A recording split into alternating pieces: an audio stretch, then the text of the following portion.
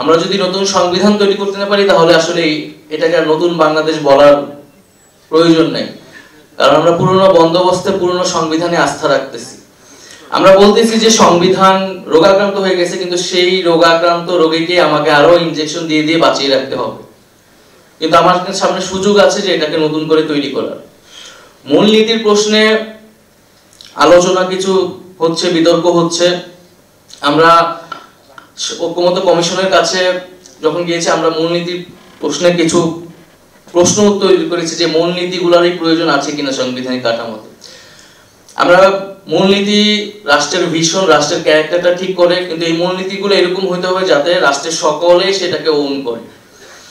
কিন্তু আমরা দেখছি বিভিন্ন সময়ে ৭২ থেকে এবং পরবর্তী সময়ে এই মূলনীতিগুলো এক ধরনের সংবিধানকে দলীয় চরিত্র দিয়েছে।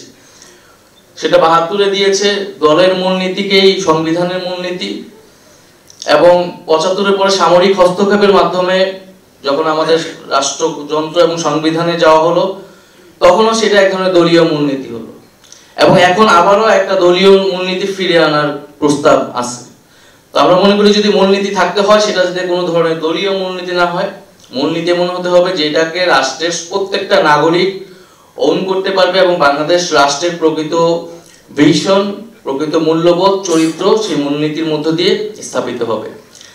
সর্বশেষ নাগরিক কোয়ালিশনকে ধন্যবাদ আজকের এই আয়োজনের জন্য, এবং আমরা আশা করব যে আমাদের মধ্যে যে ভিন্ন মত থাকবে, আমরা আলোচনা, তর্ক বিতর্কের মাধ্যমেই একটা ঐক্যমতের জায়গায় আসতে পারবো। তবে একটা জিনিস, যে আমরা যত প্রশ্ন উত্থাপন করতেছি বা যত ধরনের আলোচনা করতেছি, এই আলোচনার সাথে আসলে নির্বাচন পিছানো আগানো এগুলোর আসলে সম্পর্ক নেই। আমরা যাতে সেই নির্বাচনের সাপেক্ষে আসলে এই সংস্কারের আলোচনাগুলোকে না দেখি, সংস্কারের দাবিগুলোকে না দেখি। আমাদের দলের জায়গা থেকে আমরা বলেছি যে প্রধান উপদেষ্টা যেই সময় সীমা দিয়েছেন আমরা সেটাকে সমর্থন করছি, তবে নির্বাচনে যাওয়ার আগে অবশ্যই মৌলিক সংস্কারের যে রূপরেখা সেটি আমাদের সামনে স্পষ্ট করতে হবে। শাইনি চুলে এখন হবে সব হেয়ার স্টাইল, সিল্কোর দ্বিগুণ শাইনি চুল প্রতিদিন।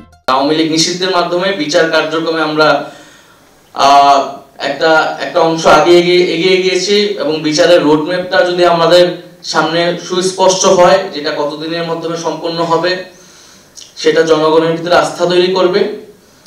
আর একই সাথে সংস্কারের ঐক্যমতে আসলেই আমরা কিন্তু নির্বাচনের জন্য আর কারো কোনো আপত্তি থাকার কথা না। ফলে আমরা আশা করব যে আমরা দ্রুত সময়ের মধ্যেই সেই একটা সমঝোতার মধ্যে দিয়ে এগোতে পারবো, যে রাজনৈতিক দলগুলো যদি নিজেরা আলোচনা করে সমঝোতা করে যদি এগোতে পারে, এটা বাংলাদেশের জন্য একটা বড় উদাহরণ তৈরি হবে। এখানে মঞ্জু ভাই বললেন যে ডায়ালগের কথা, পিছনে ডায়ালগের কথা, এবং এই ডায়ালগগুলোর জন্য ঐক্যমত্য কমিশন, নাগরিক কোয়ালিশন বা অনেক সিভিল সোসাইটি তারা রোল প্লে করতে পারে। কিন্তু কেন রাজনৈতিক দলগুলা নিজেরা উদ্যোগ নিয়ে নিজেরা আলোচনা করে কেন একটা সমঝোতায় আসতে পারবে না? আমরা যদি এটা আসতে পারি, তাহলে ঐক্যমত্য কমিশন, অন্তর্বর্তী সরকার বা যে কোনো ধরনের সিভিল সোসাইটি ছাড়া যদি আমরা বসে আলোচনা আসতে পারি, এটা বাংলাদেশের জন্য বড় উদাহরণ হবে। বাংলাদেশের রাজনৈতিক দলগুলোর মধ্যে যে আস্থার সংকট আমরা সবসময় দেখেছি, সেটা দূর হবে, এবং বাংলাদেশ যে ইউনিটিটা 24-এ আমরা তৈরি হয়েছে, সেই ঐক্যের জায়গাটা ধরে আসলে আমরা সামনের দিকে আগাতে পারবো। ধন্যবাদ সবাইকে। আসসালামু আলাইকুম।